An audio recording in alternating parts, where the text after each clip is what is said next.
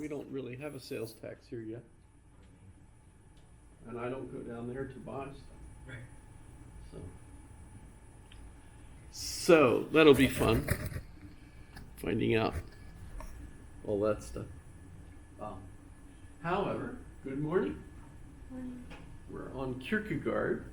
I mean, there's so much to say about all of them. Actually, this whole milieu, of course, lots of things happened. There's more to talk about John Stuart Mill and his contemporaries. I was looking at the test,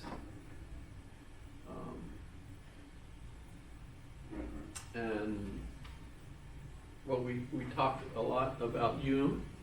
The first question, we talked about Kant and his response to Hume, and we didn't really discuss Hegel's concept of spirit as related to sociology. I did talk about the sociality of reason, the idea that reason and truth are all part of a context, a sociological context. So language, culture, the individuals that you all fluently speak so-called, a language, and that you all agree on what a statement means and whether it's true or not, right? So that's kind of an interest. Since last night, I've been getting emails from YouTube. Someone in a Middle Eastern country has been watching my videos, and he's been responding, and it's interesting that clearly his sense of the context is different than what I, because he's clearly looking at it from an Islamic, Arabic point of view, although his English is okay. So, I mean, you can tell it's not his primary language. But so it's interesting to see how he's watching videos that are class videos, and responding to them. Especially the ontological argument, or the question about, could God, if God is all powerful, could he create a rock that's too heavy for him to lift? Not really my question. I'm just, taking that question that stunned me, and I'm playing with it in class. And he's responding, oh, well, clearly you're not thinking of God as God, because if you were thinking of God as God, you wouldn't have that question. And okay. So thank you, etc. Yeah, so from this point on, Hegel on, and remember, it's not just Hegel, it's a whole cultural shift, right? The Romantic period, whatever. Truth is truth within a particular linguistic context. It doesn't make sense to think of truth, the big truth out there. Well, what are you talking about? It's got to be within a linguistic context, which also means that depending on the group you're in, what you think is true, what you think is valuable, all those things is part of the coherence of that group. That's why Mill and Augustus Comte and others are all concerned. Well, if we get rid of classical religion, traditional religions, you still need something to give the mass of people a moral context, a sense of truth. Without that, you don't have a coherent community. So, what is sociology? If you think about sociology, sociology is essentially the study of people in groups. What makes them a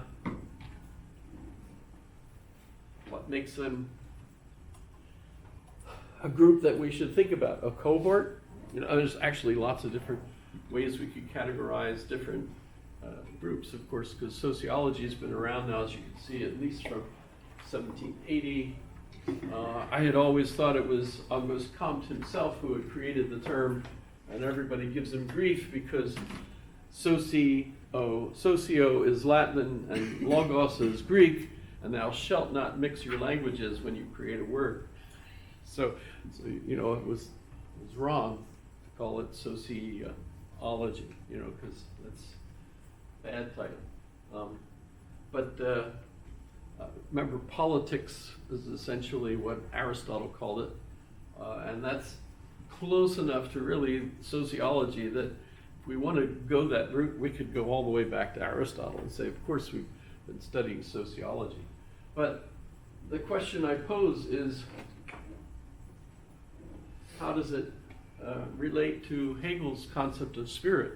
Because his concept of spirit, remember, as we go through these dialectical interplay of forces, what are the forces? Well, you've got different groups, different individuals, different things that we use conceptual schemas to say that's an individual group, that's a culture, that's a people, that's a world. So you have a Weltgeist, you have a Zeitgeist. I don't think I mentioned that one, but Zeitgeist is, of course, the spirit of the times. Zeit is the time. We feel, well, actually they say we feel, what's the time, right? You have to look, what's the hour? But Zeit is now, it's the time. So a Zeitgeist is the spirit of the times, and we use that. We might even call it Zeitgeist, right, in English. I don't know if you're familiar with those phrases or not. Walking from the parking garage, I saw a woman walking towards the arts building wearing a great big gray coat, and my first thought was paletot. That's a paletot. And then I realized, wait a minute, that's Russian. So in English, what would we call a paletot? And I thought overcoat, because there's a short story in Russian called paletot, and the translation in English is overcoat. So it was an overcoat, like a military overcoat, the big, ones that they wore, and so on. So we have, through language, and language evolves. So if you create a new science and call it sociology, and you're studying groups of people, you're studying the kinds of things that he thought of as in dynamic tension with one another through these dialogical, interplays, right? So it definitely, if you think of psychology as kind of a reaction to Kant, you could certainly think of the milieu of sociology. And I think sociology is our philosophy today. If you think about, the so-called upper crust, the elite, the ones that are getting trounced by everybody right now, what do they think? You've got this group that believes this, and you've got this group that believes this. Yes, but what's true? Well, what's true is this group believes this, and this group believes this. No. What do you think is true? Well, I think it's true that this group believes this, and this group believes this. That's so maddening. I want you to make a decision. And he says, well, the real truth is this group believes this, and this group believes this. Why would you decide that this group is right? I might have my values and everything associated with this, but if I really am true to my academic values, it's wrong of me to take sides. I should look at them and say, these two groups are in conflict. These believe the good is this, these believe the good is this. So we've got two groups. It's not that one is good and one is evil, even though within the group they might think of the other group as evil and so on and so forth. But if you're non-biased, which is my bias, and you're standing back and looking at it, you think, well, there's two different concepts of the good that are in conflict here, right? And you actually might have 5 or 6 different groups with slightly different. I mean, I love the books where they talk about, the American states, are actually 14 different cultures. Another book says 11 different cultures, right?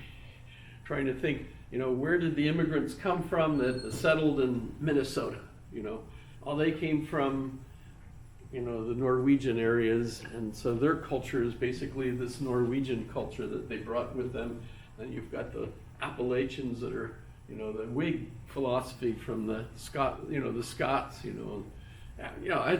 so you could read about all these different cultural groups, and you can try to understand why do we have so many different cultural differences between the areas in our own country. You know, you think, this is the United States, so we all think the same thing.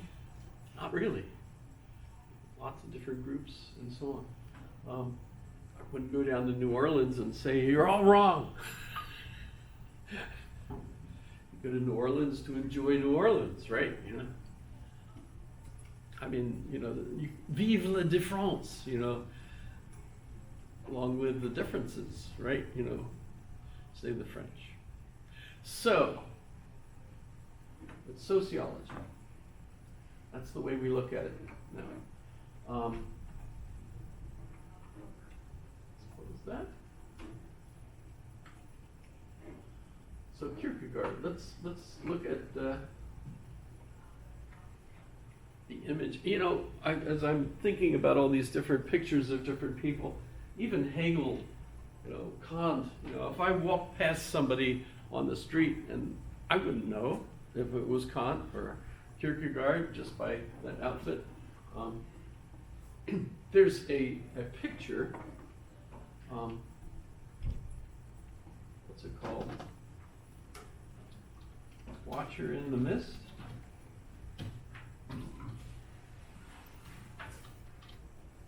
Oh shoot, painting. Here it is. Wanderer. Wanderer above the sea of thought. Boy, I'm not even close in my memory what the heck that was. But I don't know if you've ever seen this picture before. It's iconic, and I always think of it, that's Kierkegaard. It's not, but I mean, you know, this is what's interesting is if you check the painter, why is the face facing away from the artist? It turns out that all of his paintings, the people are facing away because he couldn't do faces. He was terrible at faces. So he just always painted the backs of people looking away. I think that's hilarious. But this one's the famous one. And when you look at it, you know, this is the kind of mood that I think of as associated with Kierkegaard. He's called the moody Dane. Danish. He's Danish. Which doesn't mean a sweet roll with icing. You know, that's, you know, he's from Denmark. You know, Hamlet. You know, there's an actual Elsinore is a real place, and it looks just as depressing as the play. You know, and in fact, Denmark is as depressing as New Jersey. I mean, they don't even have the woods. The woods in New Jersey are not considered that great. Although my parents lived in New Jersey, Cape May, and when they visited us here, they walked around Eagle River and they said, "Our trees are better than your trees." And, you know, they were shocked about that because, you know, New Jersey's trees are so famous for being such a miserable experience of woods, you know, so boring, you know. They do have a ski area, but hey, you know, if you've been to New Jersey, it's flat. If you've not been out of Alaska, the best experience compared to that I can think of is once you get past Denali Park and you're driving towards Fairbanks, for miles, it looks like New Jersey. You know, that's the closest I can come up with. But Denmark is the same. I've never been to Denmark. Closest I've ever been was to pick up my car, which was at a port that now I can't remember the name of it. That's annoying. Why does that happen to us? I don't know. But in Germany. So I took the train, picked up my car, and then drove back. It was a friend of mine and I that went together. it was a fun trip, but you know, because that was our first trip driving through the zone, the communist zone, together. And you know, so many people gave us so much advice on what to do. You know, make sure you buy some Playboy magazines, some cigarettes. You know all these things, because you can trade. You know, with the Russians. You know, they love all that stuff. And you know, we got to the MP shack. You know, at checkpoint Alpha, as we're going into the zone. And you know, it's Alpha Bravo Charlie, right? Charlie is the very center,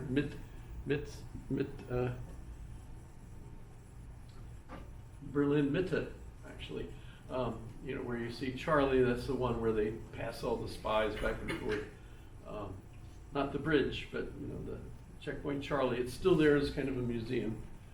But so we're going through checkpoint Alpha, and when we got to the MP shack, you know, we said, we've got all this stuff, you know, to trade, you know, but how do we approach them? You know, how do we offer it? And the MPs were horrified and said, "You're not allowed to do that." And I said, "Well, everyone told us we could." And so the one MP said, "Well, you know, I want to go to Berlin. Can I go with you? And I'll show you how." So when we got to the checkpoint, he was the one that, you know, showed us how to say, you know, here, we'll offer you this and this and this. Get various Russian uniform pieces, you know, which are like crap, really. You know, their quality was. So Denmark, I think of as spiritually boring because of the terrain. I mean, think of Alaska. How many times have you heard people say that Lost Anchorage, is absolutely wonderful because we're so close to Alaska here. You know, you can see Alaska, you know, from here, right? That's fun. And it's amazing. When you look at the scenery around here, it makes you feel, well, it depends, I suppose. You know, I mean, when you look at the mountains and stuff, how does that make you feel?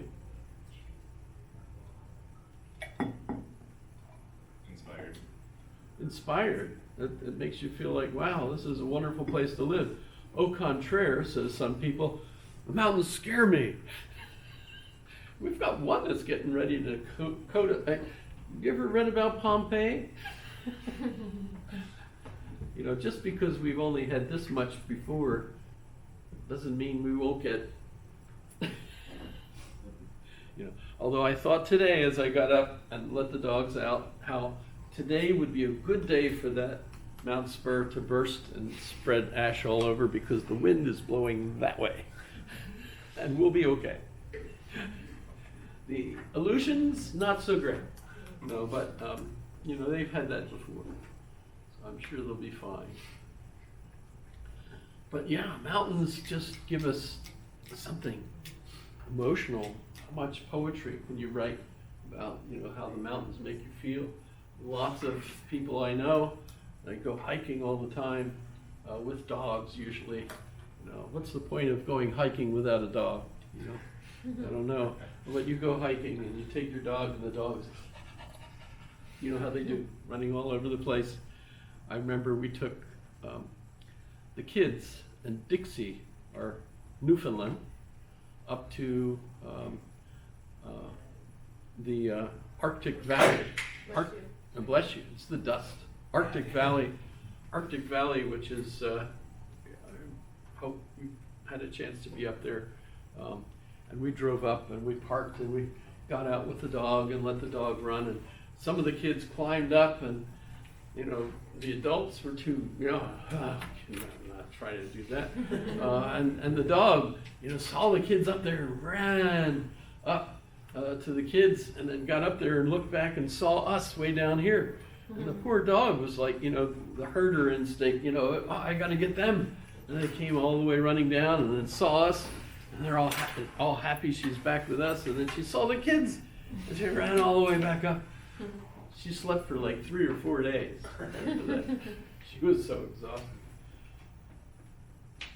Denmark doesn't have any mountains, I don't think. I mean, I've only looked at it from Google Earth because I've not physically been there. but it reminds me immediately, it's just, this is going to be underwater soon. You know, that's the feeling I have, kind of like New Jersey. You've seen maps, you know, where, you know, back when the world was warmer and the ice had melted and you had all this, you know, we're actually living in an ice age right now, right? I don't know if you're familiar with the different eras and so on, but theoretically we're actually in an ice age. But as a result, we have a lot more ground. You know, but once all that ice melts, we're going to have all of that will be underwater again. So the map will go back to no Florida, no New Jersey, you know, all these places. We visited Chincoteague Island, which is in the Chesapeake. Highest point on Chincoteague is 7 foot. And by the way, the population there is all mosquitoes, with a few people, you know, who are the, pardon?